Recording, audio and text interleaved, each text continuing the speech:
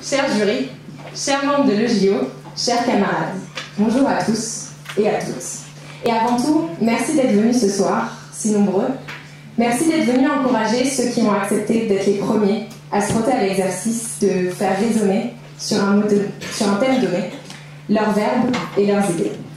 L'avantage d'être désormais passé de l'autre côté, celui de l'organisation, c'est de pouvoir choisir les règles et d'utiliser le micro. En réalité, même habillé en vert, il y a le trac, le souci de bien faire et encore beaucoup à apprendre. Nos proches sont derrière pour faire répéter le discours, donner des conseils et attendre impatiemment de pouvoir visionner les replays. D'ailleurs, j'utilise un micro, j'évite de m'époumoner parce que, en fait, sinon mon père il va juste s'offusquer et me dire mais alors, on avait dit 3 cuillères de sirop par jour pour la toux, ça va pas du tout. Mais en fait, ce discours, c'est pas les compliments de mon papa ou ses critiques qui le consacreront. C'est seulement, il sera seulement réussi si, dans les 2 minutes qui vont suivre, vous ressentez que l'éloquence n'est pas seulement pour et par ces 3 personnes de l'IEP qui sont confiantes et charismatiques. L'éloquence, c'est quoi? Enfin, qu'est-ce que l'éloquence? La formulation est peut-être meilleure. Chaque année, pour vendre son association, et soyons honnêtes, pour avoir ce morceau de bravoure, le président ou la présidente cherche les bons mots. Alors on peut chercher à illustrer par l'exemple, on peut parcourir les plaidoiries et discours de Robert Badinter, on peut aller voir, lire en tout cas, les débats parlementaires de Jaurès et de Maurras sur un sujet similaire, on peut retourner aux allocutions de De Gaulle, on peut regarder et écouter Taubira déclamer un poème de Léon Gaëtan Damas. On aura peut-être même des frissons ou les larmes aux yeux. Seulement ces textes, ils sont trop beaux pour être coupés. Mais surtout, l'éloquence, elle ne saurait être résumée ni à une série de formules isolées, ni à prendre la parole depuis l'Assemblée ou depuis l'Élysée. L'éloquence, ce sont les mots qui disent, les silences qui évoquent et la justesse de leur équilibre. C'est un message qui s'installe avec brio, la beauté d'une prouesse. Elle n'est pas l'apanage des grands. On aura tous, chacun, à capturer l'espace d'un instant, l'émotion ou la sagesse, car vraiment, tous, chacun, on a des choses à dire et on peut tous, chacun, trouver le courage de faire résonner sa voix. Et il n'y a d'ailleurs pour moi pas de plus belle éloquence que celle qui s'élève lors d'un événement personnel, triste ou heureux, et qui vient offrir des mots à un sentiment latent, partagé, mais jusqu'ici tu. Savoir dire et bien dire. Oser parler et s'exprimer. C'est un peu cela que l'on prépare tous ensemble. Nous à votre service, vous au vôtre, et à celui de tous ceux que vous émouvrez ou convaincrez plus tard. Pas qu'à votre service d'ailleurs, puisque l'association voit plus loin.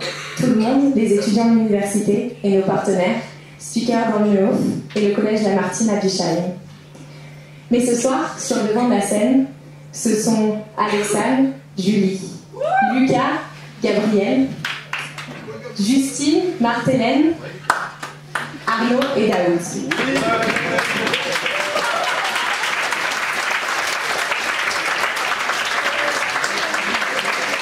Et ce serait la torture de les faire attendre plus longtemps. Alors je conclurai en les remerciant pour leur hardiesse et pour la soirée agréable que leur talent et effort promettent. Sans oublier l'autre côté de la chaire, merci Monsieur Côté d'avoir remplacé au pied levé Monsieur Eckert, coincé dans le train. Et merci.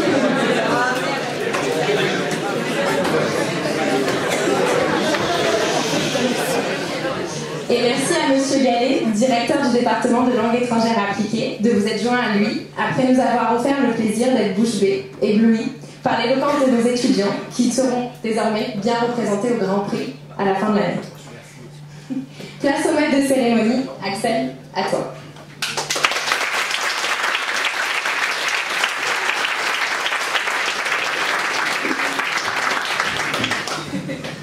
Merci Amélie. Donc pour cette toute première de l'année, chaque objet a-t-il un mot avec à l'affirmative Alexandre Picot.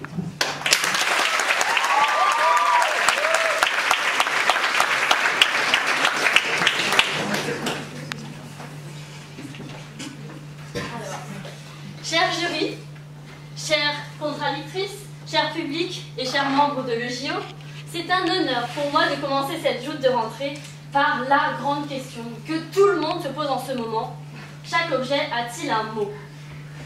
Alors, en partant du constat que cette question est plus philosophique que pragmatique, on va s'intéresser à une définition abstraite de l'objet. Il serait dans ce cas une chose inerte, sans pensée, sans volonté et sans droit. Ah oui, mais on ne peut pas s'intéresser à cette définition puisque l'objet n'aurait donc pas son mot à dire. Alors on va s'intéresser à l'objet comme chaque chose perceptible par la vue et par le toucher. Alors chaque objet a un mot, a une définition. Je dirais que le langage, qui est propre à nous les hommes, nous permet de symboliser les objets pour pouvoir en parler entre nous. Mais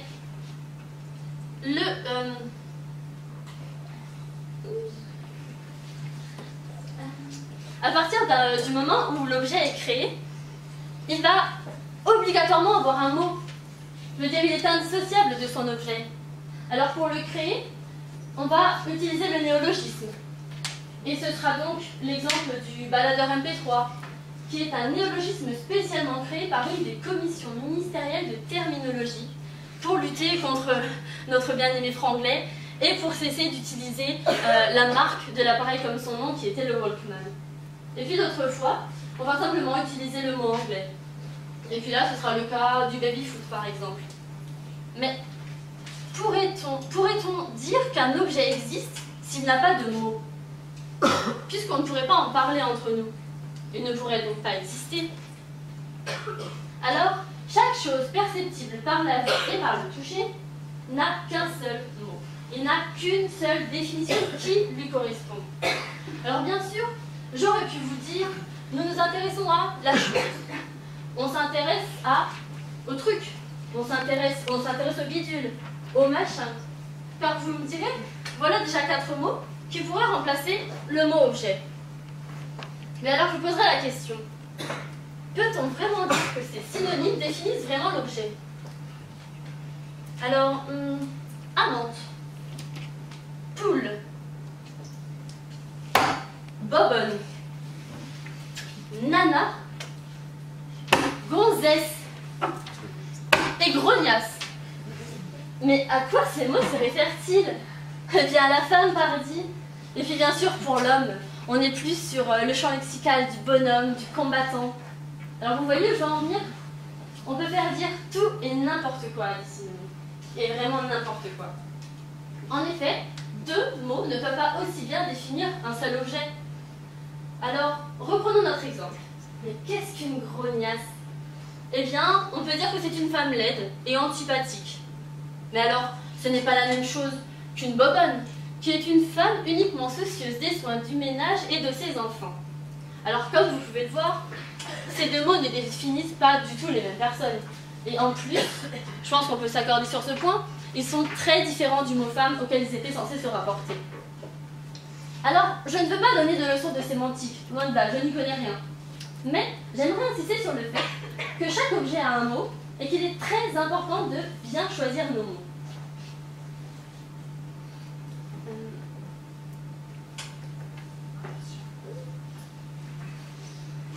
Les mots, ils définissent vraiment nos intentions, la personne que nous sommes. Et voilà en fait l'enjeu de ce questionnement. Car, alors même si j'ai maudit le géo pour m'avoir donné ce sujet, eh bien en fait, il a quand même un sens, il ne sort pas de nulle part. Car aujourd'hui, surtout avec les réseaux sociaux, on n'a plus vraiment le droit à l'erreur. Je veux dire, tout ce qu'on dit va être conservé, va être analysé, il peut ressortir le moment venu. Et ça s'est déjà vu. Car combien de fois est-ce que nos mots ont-ils eu des conséquences qui pouvaient être de la simple gaffe jusqu'à pire? Eh bien, avec une bonne utilisation de nos mots, de notre vocabulaire, on peut user pleinement de notre chère liberté d'expression. Et puis, Jules Renard disait, et c'est un grand auteur, nous pouvons, il y a des jours où nous devons même chercher tous nos mots dans le dictionnaire. Alors si un tel auteur le dit, pourquoi avoir honte de le faire? Alors j'espère que j'aurai su vous convaincre en utilisant à chaque fois le bon mot, et je vous remercie pour votre attention.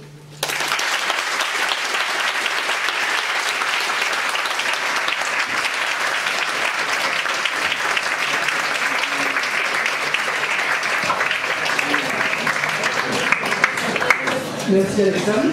Donc maintenant à la négative, Julie Denis.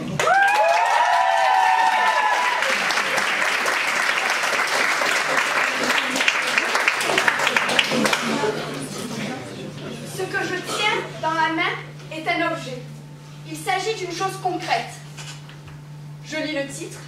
Introduction à la microéconomie moderne. J'effleure la couverture. Lisse. Je vois sa couleur. Grise. Et son prix. 28 €.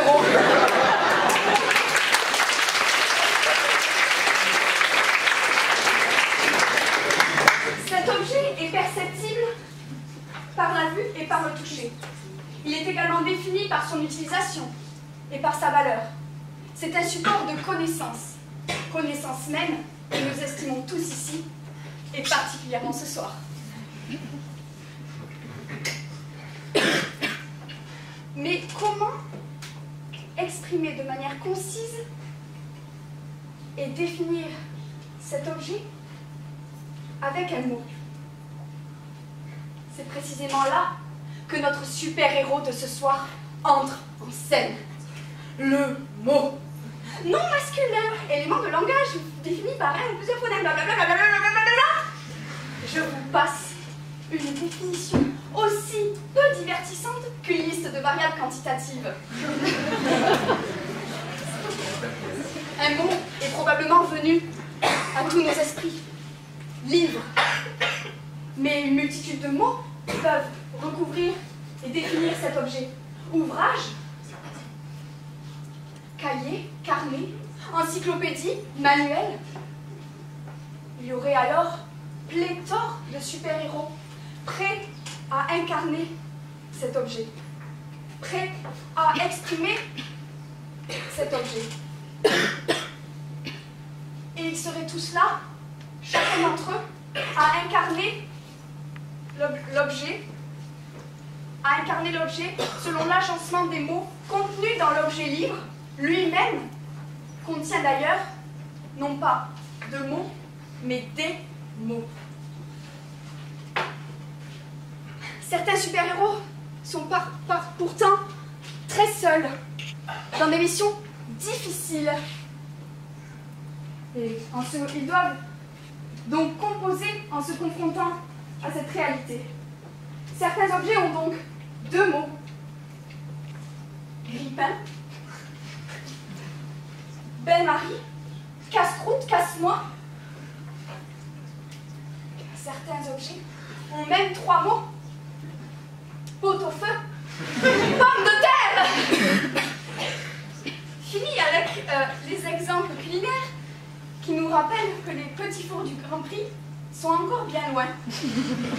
Mais il faut le dire, le monde gastronomique est si beau, si complexe, que les objets qui le composent ne peuvent se résumer à un mot.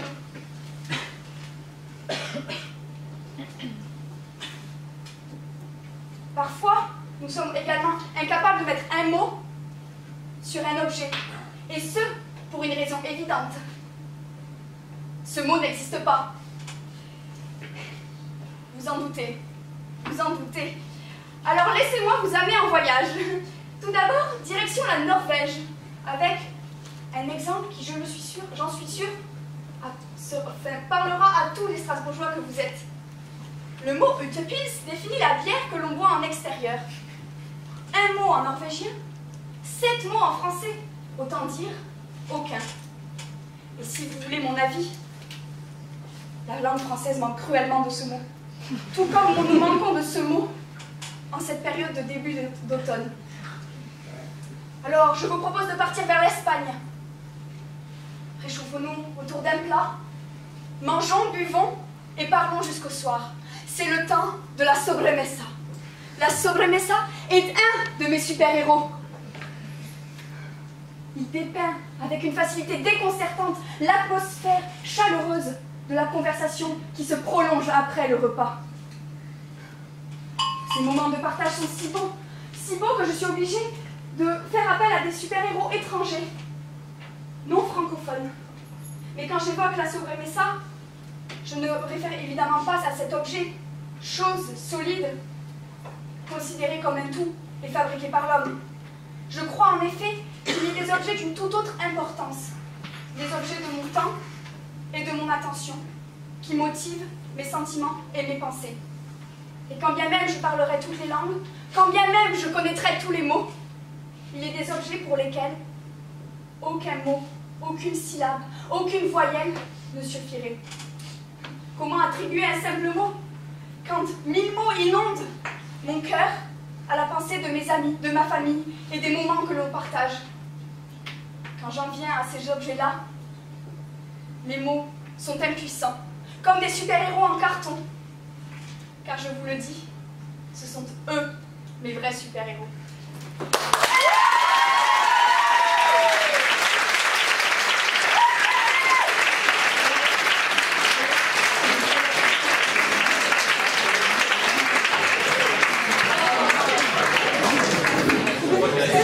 Merci. Vous pouvez donc venir ici et vous avez donc 1 minute 30 pour rebondir sur les mots de votre compositeur.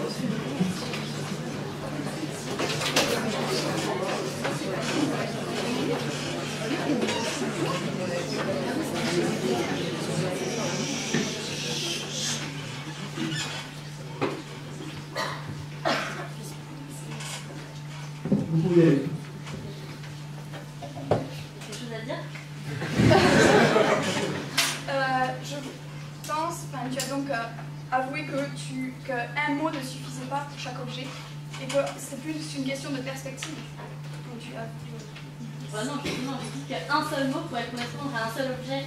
Quand tu disais ta liste de synonymes tout à l'heure, je ne suis pas d'accord, parce que c'est pas le même objet, puisqu'il y a toujours quelque chose qui est rapporté. Cette chaise n'est pas un siège, parce que c'est autre chose, c'est pas un fauteuil, parce qu'il manque des accoudoirs qui sont un peu plus sympathiques que ceux sur lesquels on nous fait asseoir.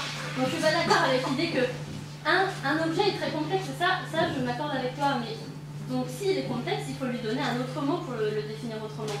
Pareil, tout à l'heure tu parlais des mots très intéressants et vraiment très utiles à notre vocabulaire, ça je te l'accorde aussi. Mais ce ne sont pas des objets, je veux dire, c'était quand même une bière. Est-ce que tu peux dire que c'est vraiment un objet, une bière? Et c'est précisément pour cela que j'ai défini l'objet de manière différente, et voilà, puisque les mots n'ont pas qu'un sens et n'ont pas... les objets n'ont pas qu'un mot, et c'est pour ça que j'ai défini l'objet aussi dans le sens de l'objet de mon attention, de mon temps. Les objets de l'objet peuvent être un moment, voilà, et le moment de la bière en extérieur, je le considère comme un objet, l'objet de cette joute, par exemple.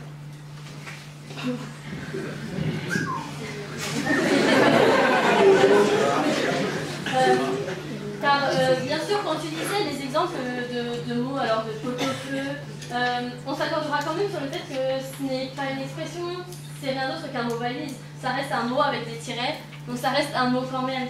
Je pense que tu as joué sur les mots justement, et ça c'était un bon point dans cette news, mais ça reste quand même un seul mot qui définit un seul objet. Et si on prend objet, certes, au sens plus éloigné, je peux comprendre qu'on ne puisse pas mettre de mots sur des sentiments, parce que c'est quelque chose de trop complexe.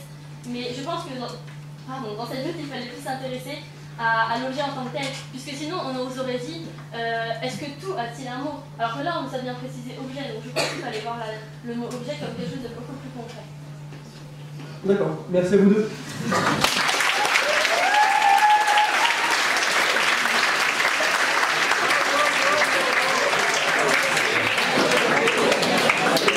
Donc pour cette deuxième joute de la soirée, étant plus intelligent qu'il y a 100 ans, à l'affirmative Lucas Bobien.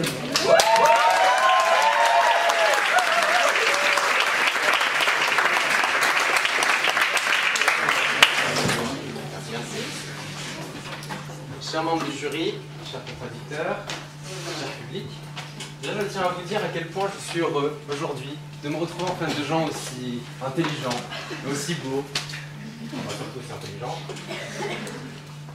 Donc vraiment, vous êtes des gens intelligents, et en fait, vous faites même partie de la petite élite, de la petite frange de l'humanité qui, dans l'histoire des hommes, a été élevée, a grandi, dont le seul but d'un jour savoir écrire, lire, penser, compter, faire des blagues sur Jacques Chirac parce qu'il est mort.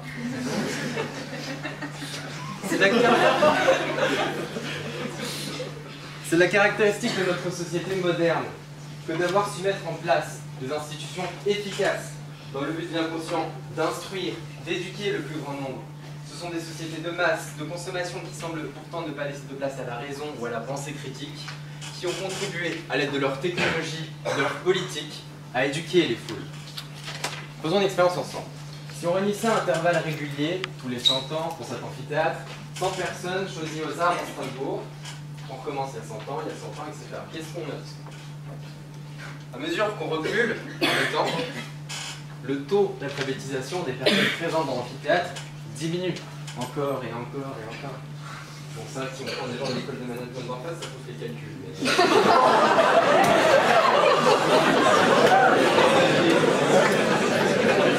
ça, c'est on l'est.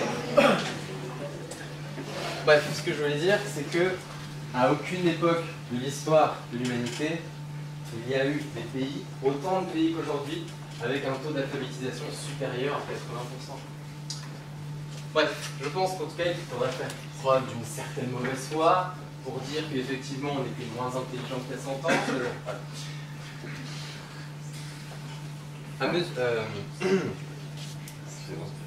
Je suis ému. Ce que je veux dire, c'est que le siècle que nous vivons et que nous venons de vivre est un siècle à la fois particulièrement riche et à la fois particulièrement fulgurant en termes d'innovation technologique et de pensée intellectuelle. Prenons l'exemple de l'aérospatiale. Les premiers travaux sérieux sur des machines volantes datent de 1500. Léonard de Vinci. Maintenant, prenons la date de la création des premières machines volantes, des premiers avions, en 1907. Entre ces deux dates, il y a 500 ans. Maintenant, si on avance un tout petit peu pour coller au sujet, quand même, il y a 100 ans, en 1919, c'était les premières aviations militaires. On utilisait des avions pour se battre, etc. Bon, les avions avaient tendance à s'enflammer dès qu'on leur tirait dessus parce qu'ils étaient faits en carton, mais bon, bref, c'est pas grave. C'était des avions qui volaient, malgré. Maintenant, à partir de 1919, avançons ne serait-ce que de, au hasard, 50 ans. Qu'est-ce qui se passe en 1969? L'homme, grâce à Apollo 11, a marché sur la Lune. Donc ça montre que non seulement, effectivement, nous sommes plus intelligents qu'il y a 100 ans, mais surtout, il nous a fallu moins de 100 ans pour le devenir.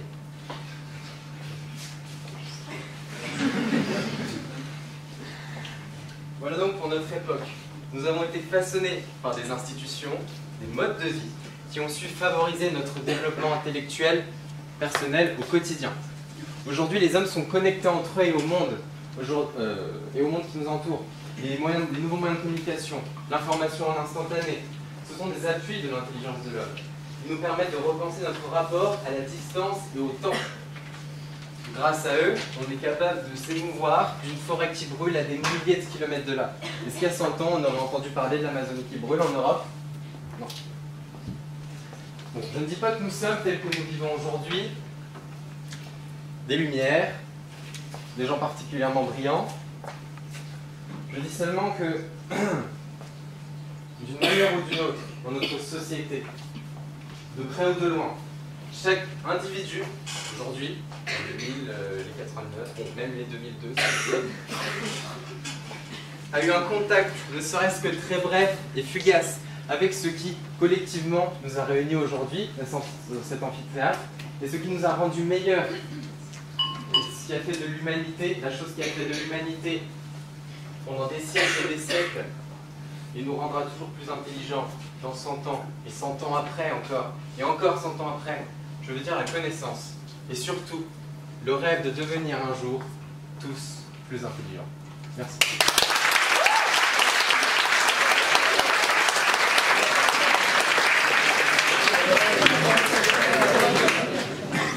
Et la négative, Gabriel Lepel.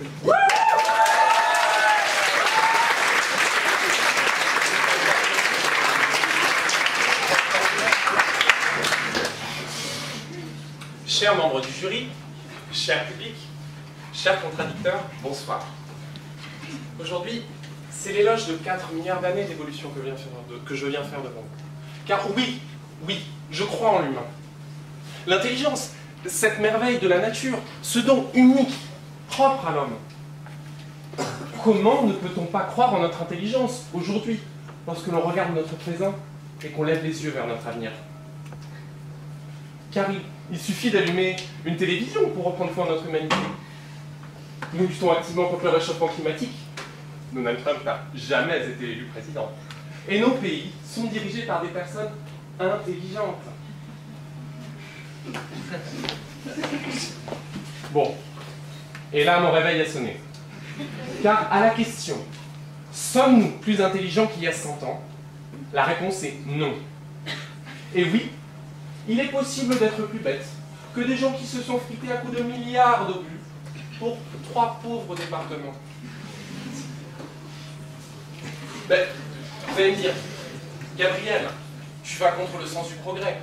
Enfin, c'est évident que nous sommes plus intelligents qu'il y a 100 ans. Nos connaissances sur notre monde sont plus importantes que jamais auparavant. Laissez-moi vous poser une question. L'intelligence est-elle la connaissance? Car, enfin, ça se saurait si apprendre 150 pages par cœur de cours d'amphi nous rendait plus intelligents. Là aussi, vous allez me dire que je suis mauvaise langue, que grâce à nos connaissances, nous avons pu accoucher d'inventions sans précédent durant ces 100 dernières années. C'est bon, c'est vrai. Prenons Internet. Internet, c'est la promesse d'un nombre incalculable de connaissances accessibles depuis notre salon. C'est la promesse d'un réseau de partage et de réflexion entre des gens du monde entier. Un concentré de ce que l'humain fait de plus beau, de l'intelligence pure. Bon, après, quand on regarde le classement des sites les plus visités, Wikipédia arrive juste derrière une plateforme de shopping et un site porno. Bref, un concentré de ce que l'humain fait de plus beau, de l'intelligence pure. C'est très révélateur de notre rapport à l'intelligence et à l'innovation. En gros, une poignée de personnes déploie une quantité incalculable d'intelligence pour que le plus grand nombre puisse s'écouter Baby Shark ou faire du shopping sur Amazon. Non, aujourd'hui, ce qui ne nous manque pas, ce n'est pas l'intelligence technique. Elle est plus importante qu'il y a 100 ans, c'est vrai. Non, ce qui nous manque, c'est l'intelligence sociale, l'intelligence collective. Aujourd'hui, ça fait 50 ans que l'on connaît les effets du réchauffement climatique. Et pourtant, en notre âme et conscience, face à un danger qui nous guette tous, alors qu'on a les moyens d'agir, on ne fait rien. Comme quoi, une ado suédoise qui ne va pas à l'école fait preuve de bien plus d'intelligence que bon nombre de personnes diplômées.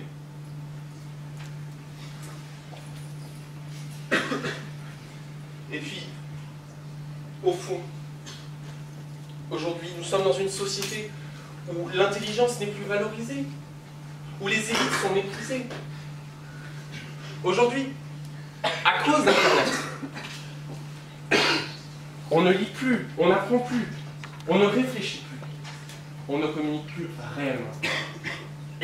Comment voulez-vous que dans une société, que dans un cerveau où les neurones ne sont pas connectés, il puisse y avoir un raisonnement? Alors comment voulez-vous que dans une société où les gens ne communiquent plus, comment voulez-vous que cette société devienne intelligente? Et puis, qu'est-ce qu'on invente aujourd'hui avec notre intelligence? Des machines à tuer? À faire de l'argent? Ou les deux réunis? Albert Camus disait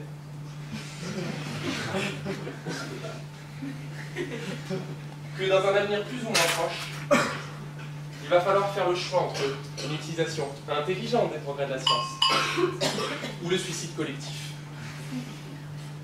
Aujourd'hui,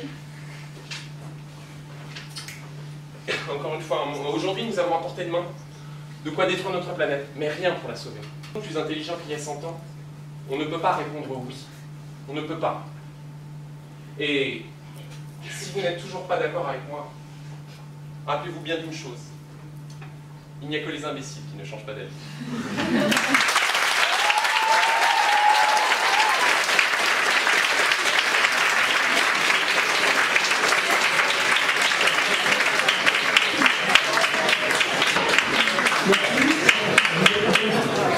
Vous avez laissé 1 minute 30 pour rebondir sur les propos de notre introducteur.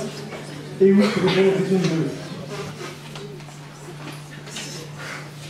Cher Gabriel, je me disais, en parlant des réseaux sociaux, que sont des réseaux, des sites internet que l'humanité fréquente en ce moment, je prenais ça pour un exemple de l'idiotie collective dans laquelle nous baignons tous en ce moment. Mais moi aussi, je vais citer Albert Camus. Et Albert Camus disait, la bêtise, ça insiste.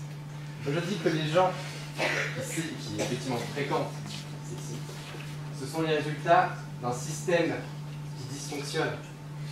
Ce ne sont pas les résultats d'une folie collective ou d'une intelligence baignée par l'abrutissement général. Tu as tout à fait raison. Tu nous parles d'un système qui dysfonctionne. Ne parlais-tu pas tout à l'heure d'ailleurs d'un système qui crée des élites plus intelligentes qu'il y a 100 ans? Non. Ton argument n'a pas de sens.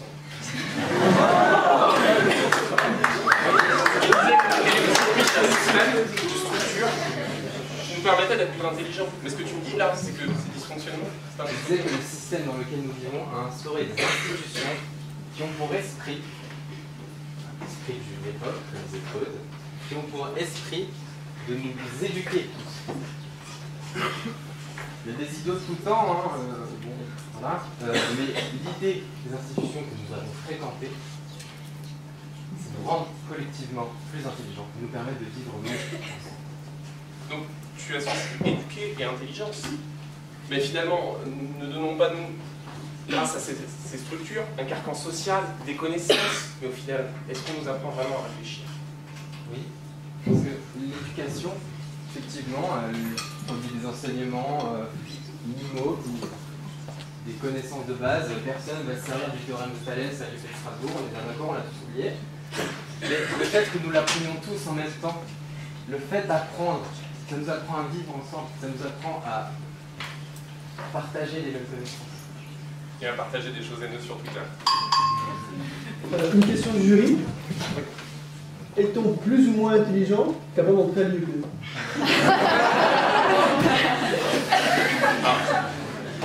Vas-y, réponds, vas-y.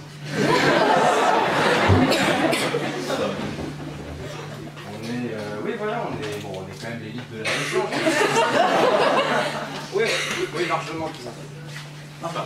Moi, je pense que c'est un peu faussé. On met un concours d'entrée. Finalement, on sélectionne peut-être des personnes qui sont, entre guillemets, intelligentes. Et qu'on leur donne juste un ensemble de connaissances, de méthodes, qui leur feront paraître plus intelligentes face à la société. Merci à vous.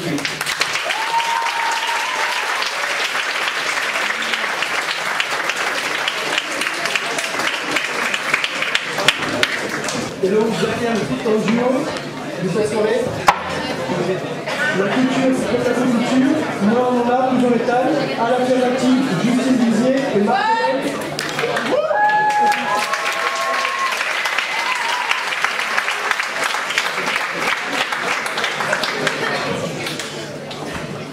Mais d'ailleurs, Justine, est-ce que tu as lu ce dernier bijou de la littérature française, le dernier Marc Lévy?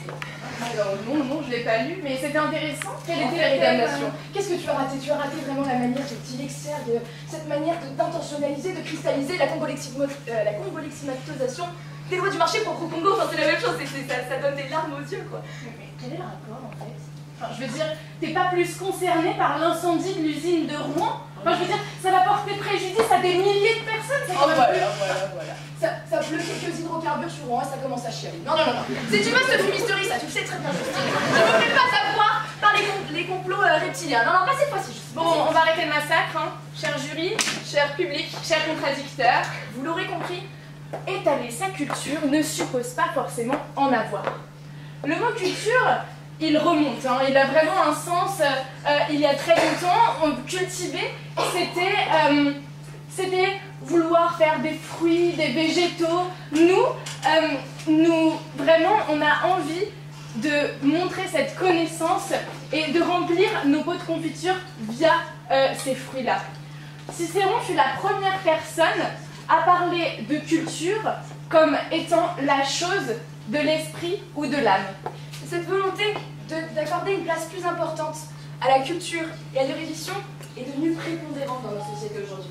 De fait, tous les jours, nous travaillons à développer un peu plus nos connaissances afin de créer ce qui se considère, entre guillemets, à de la culture générale.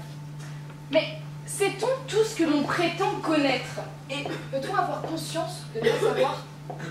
Tout d'abord, la connaissance humaine est socialement valorisée. Et c'est justement pour cela qu'elle est socialement voulue, que les gens la cherchent.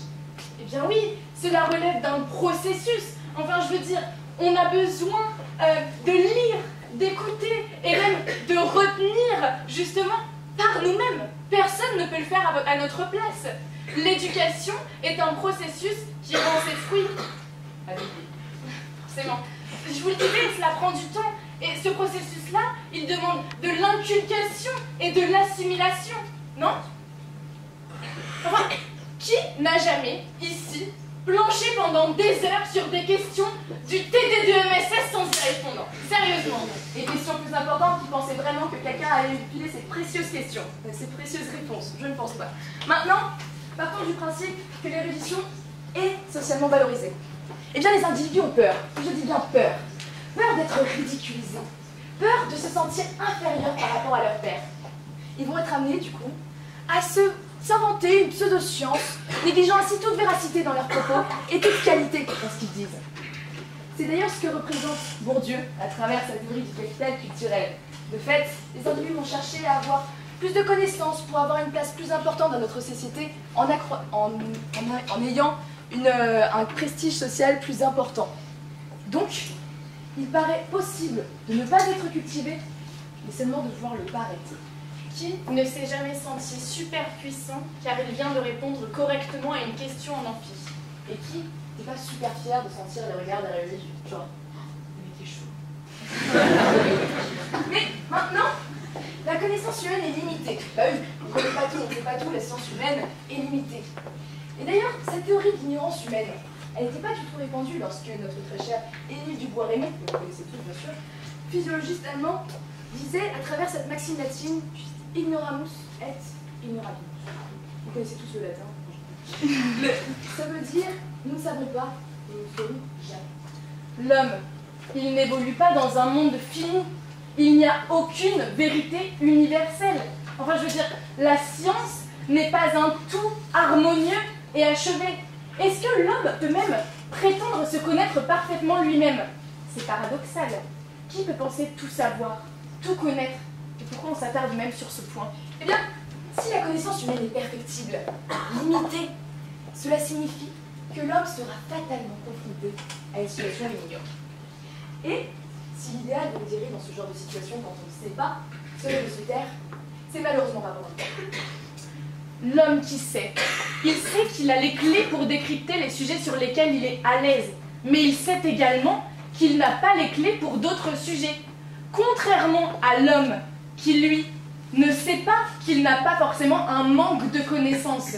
Lui, il ne saura pas décrypter ces mêmes sujets. Mais au-delà de ça, au-delà de son manque de connaissances, l'homme peut à tort avoir l'impression de connaître. Et oui, c'est encore plus fourbe.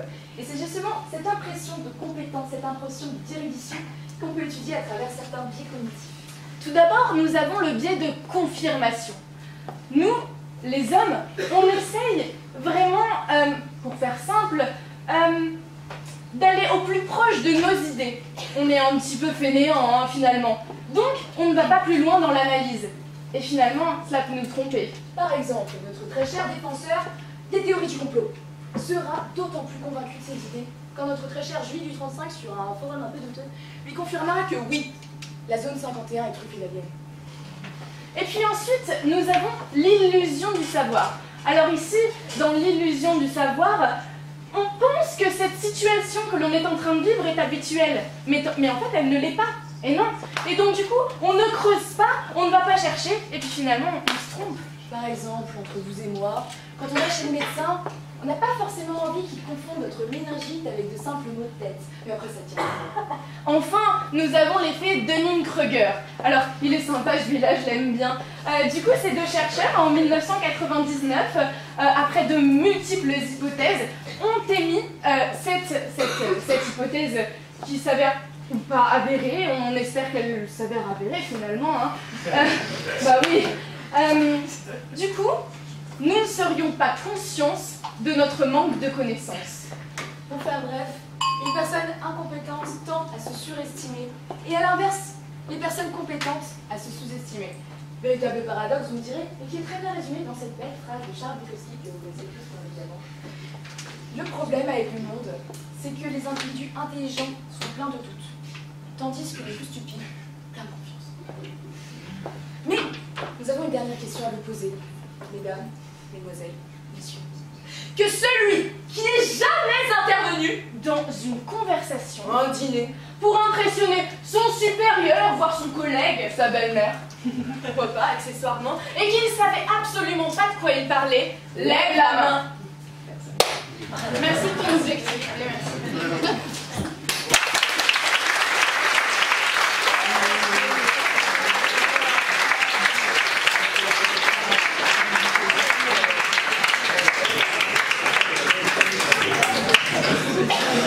Merci à vous.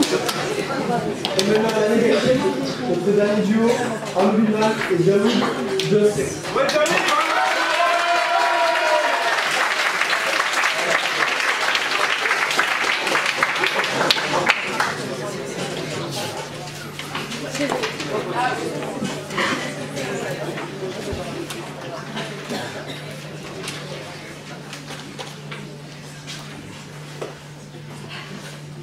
Cher jury, Cher public, chers membres de l'EJO, chère conductrice, bonsoir.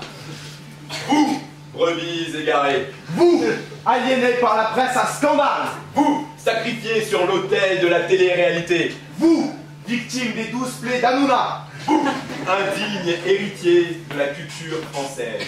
nous sommes ici, en 324, pour vous apporter la bonne nouvelle. Le gouvernement a décidé d'octroyer à chaque citoyen de 18 ans un pass de 500 € pour leur permettre d'accéder à la culture. La vraie culture, la culture légitime. C'est le pass culture française. Le PCF sera à l'origine.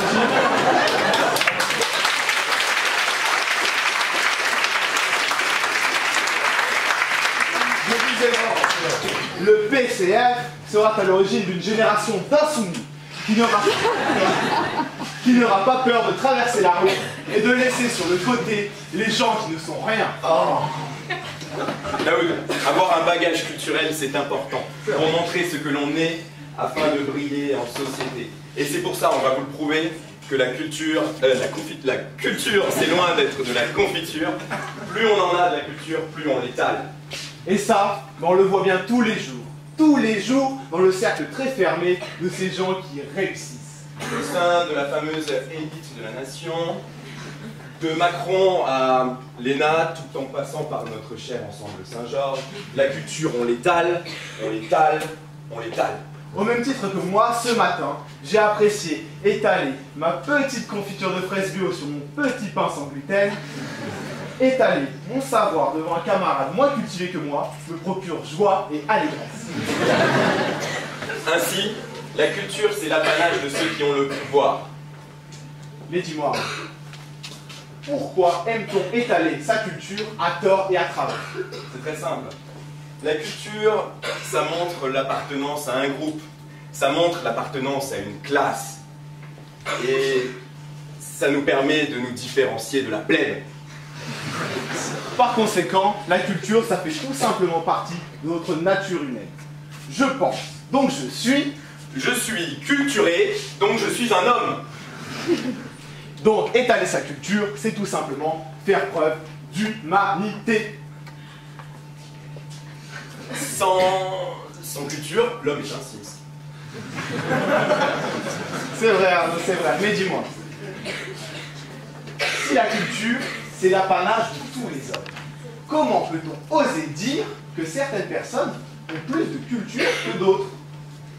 Daoud, toutes les civilisations, toutes les pratiques, toutes les cultures, au regard de nos principes républicains, ne se valent pas.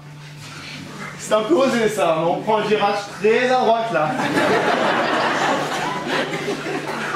Non mais plus sérieusement, comment oses-tu dire ça devant cet amphithéâtre? Daoud, je vais te raconter une histoire. Allez, raconte. Pas plus tard que la semaine dernière, je me baladais avec Alain Juppé dans le quartier de la Goutte d'Or. Là-bas, j'ai croisé un travailleur français. 3 femmes. Des vingtaines de gosses. Fans de tuning de surcroît. Tuning? Si l'on rajoute à cela le bruit et l'odeur... Daoud, je deviens fou. Il faut me comprendre, c'est comme ça.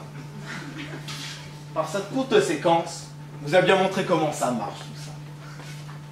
On prend deux jeunes étudiants qui blaguent sur un ancien président et qui blaguent sur le tuning, et tout le monde rigole. Ça aurait sans doute moins bien marché si le travailleur français, en l'occurrence, il passait ses dimanches à prendre des apéros BBD. Les fameux brunchs pour du Durkheim. On voit bien ici que certaines formes de culture sont plus légitimes que d'autres. Voire même Arnaud supérieur. Et ça, on le voit au fil des siècles. Des gallo-romains au soft power américain, ceux qui détiennent les clés de la culture légitime, l'étal. Et nous autres, bons français, nous ne sommes pas en reste. Effectivement, on se croit si culturés qu'on s'est dit, tiens, si nous allions étaler notre culture entre Dunkerque et Tamanrasset. Je vous ai compris, monsieur Villeman. Mais dites-moi, une dernière chose. S'il existe une culture légitime, voire même supérieure, comment peut-on faire pour que ce soit notre culture à nous qui soit légitime? C'est simple. Sciences Po, c'est l'industrie de la culture légitime. Sciences Po, c'est le mur d'Adrien entre la culture et la barbarie. Sciences Po, c'est une machine à broyer les rêves de tuning. Sciences Po, c'est tout simplement l'école du pouvoir. Sciences Po, stop! Sciences Po Paris peut-être, Daoud, mais ici c'est...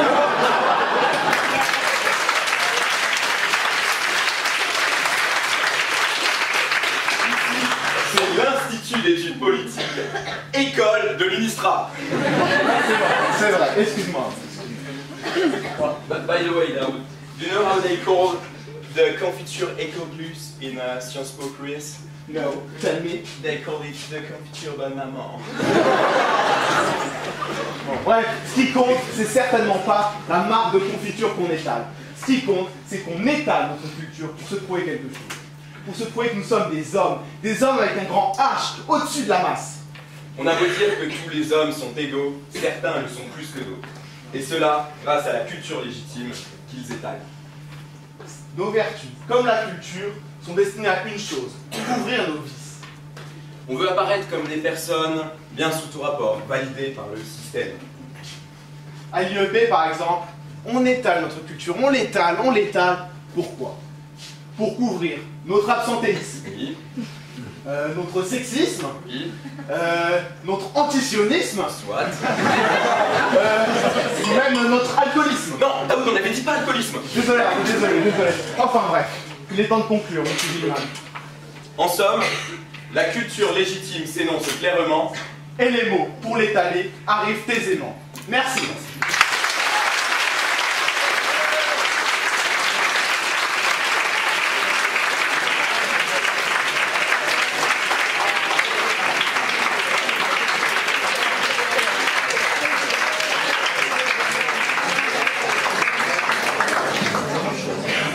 Vous avez 3 minutes pour rebondir sur les mots de cette Alors moi j'aimerais commencer... Déjà bonsoir.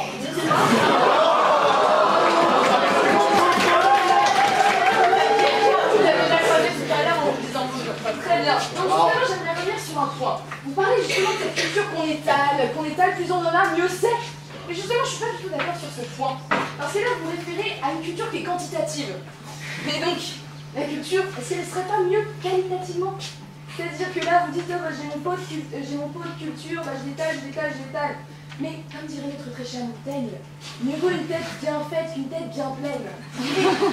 Je dirais même, est-ce que vous avez envie de soutenir des jeunes qui abordent ce genre de valeurs? Oui, la culture légitime, l'ethnocentrisme, imposer ces valeurs.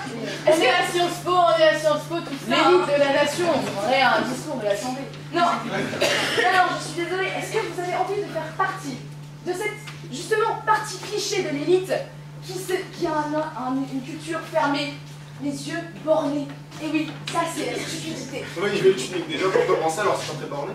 Mais attends, tu nous parles quand même que là, nous, on aborde la culture d'un angle quantitatif et pas qualitatif, je sais pas quoi. Mais attends, quand même, en 5 minutes. Alors déjà, Eddie Balou, bon j'avoue c'est pas trop légitime, ça mais bon. Bourdieu, Cicéron, Émile Dubois, je sais pas quoi, Le Cassin, Bukowski, Dubois, mais qui sont ça? Ça c'est pas qualitatif.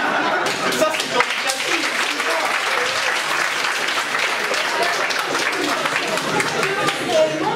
Que les gens sont ravis de découvrir des choses, des personnes qui ont vécu à différents siècles, qu'ils ne connaissaient pas forcément. Ils sont ravis de découvrir ces citations, et puis même ce qu'ils ont pu exposer comme théorie, vous ne pensez pas? Et ça, c'est qualitatif.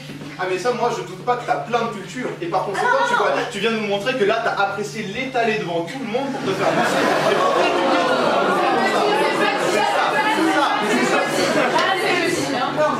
En revanche, on est d'accord, on a étalé ces auteurs, etc. Mais est-ce que tu ne penses pas que de manière plus humble, nous, en tant que pauvre petite première année, on pouvait, en tant que pauvre petite première année, je peux jouer là-dessus, on pourrait sortir une science qui est aussi valable que celle de Cicéron, de Bukowski ou de Émile Dubois-Régnat? Non, je pense que ces hommes, ils ont eu le temps de penser. Ils sont morts. Ils ont eu le temps de penser.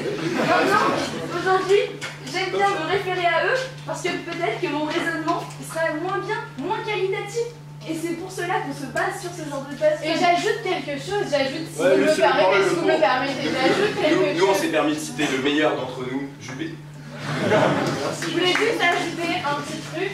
Nous, on a cité ces auteurs-là parce qu'ils nous ont permis de nous interroger. On a réfléchi via ces auteurs-là. Nous, on a réfléchi. Il a Réfléchis à ton idée d'un bout de...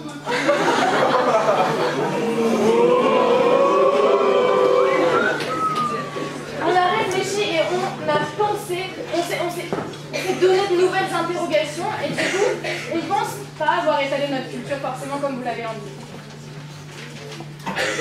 Quelque chose à rajouter, monsieur Villemin? Une question peut-être? Lequel de vos deux duos a de plus étalé sa culture ce soir? Moi je sais pas, nous c'était pipi, caca, je sais pas quoi, culture, du coup je pense que c'est elle. Écoutez, moi je pense qu'il n'y a pas de bonne ou de mauvaise culture, il n'y a pas de bonne ou de mauvaise situation. Donc si je devais résumer aujourd'hui avec vous cette soirée, je dirais que nous avons appris beaucoup de choses grâce à vous. Grâce à nous et grâce à vous. Et grâce à ce public. Et le jury aussi.